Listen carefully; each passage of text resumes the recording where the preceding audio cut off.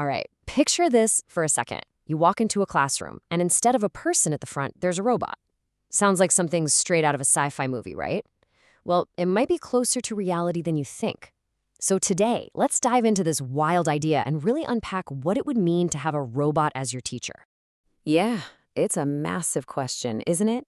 And that's exactly what we're here to figure out.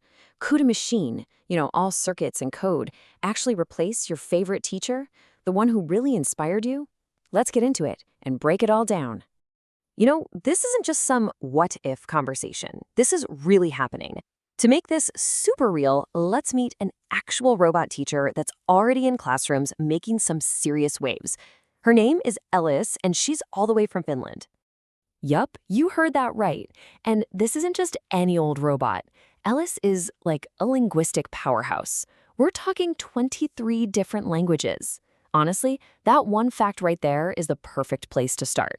It really shows you what these machines can do.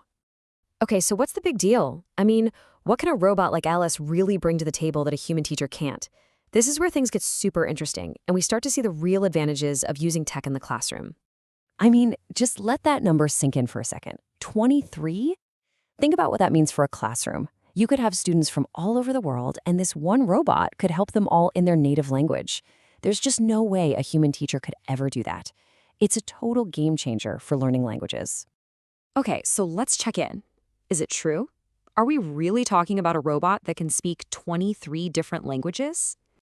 Oh yeah, it's absolutely true. But get this, being able to speak a ton of languages is just the beginning. LS can do so much more than just, spit out vocabulary. It's really all about interaction. So, for example, Ellis isn't just a talking dictionary. It's more like an interactive partner. Students can have actual, real-time conversations with it to practice their English. And, I love this part, to keep things light and fun, it can bust out a Gangnam-style dance. I mean, it's all about keeping the kids engaged. All right, another quick check. True or false? Students can't actually practice English with Ellas. That's totally false. Of course they can. In fact, that's one of its biggest selling points.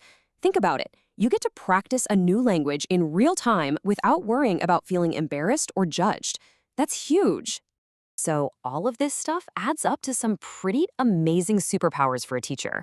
First up, infinite patience. A robot will never get tired of repeating a word for you.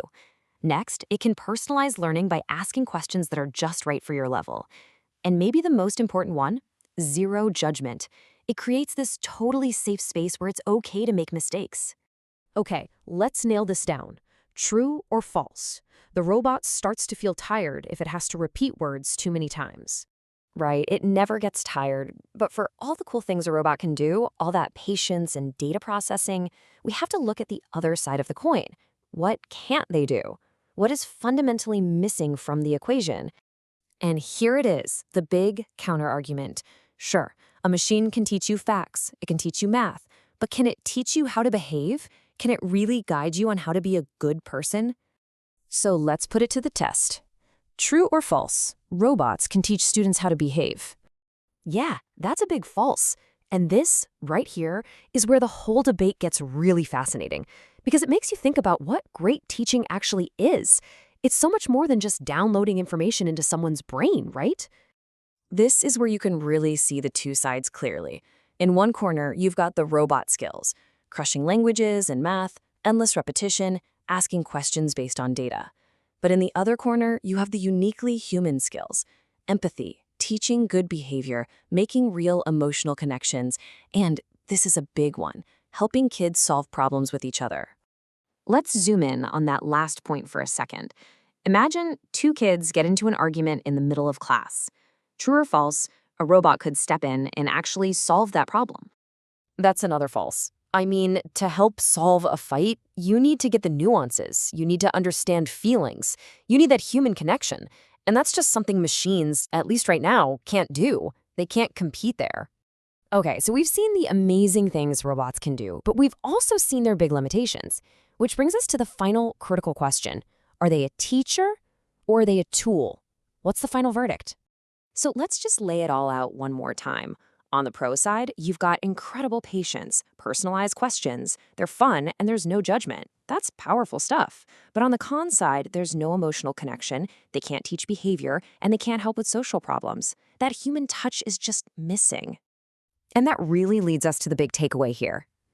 Maybe the best way to think about a robot like Ellis isn't as a replacement for a teacher, but as an incredibly powerful tool. It's not about taking over the classroom, it's about supporting the human teacher who's already there, making their job a little easier. So we're kind of ending right back where we started, but now we see the whole picture, right? The tech is amazing for sure, but that human element, it really does seem irreplaceable. But hey, that's just for now. I want to know what you think. As we look to the future, is this balance going to change? Could robots one day actually replace human teachers? It's definitely something to think about.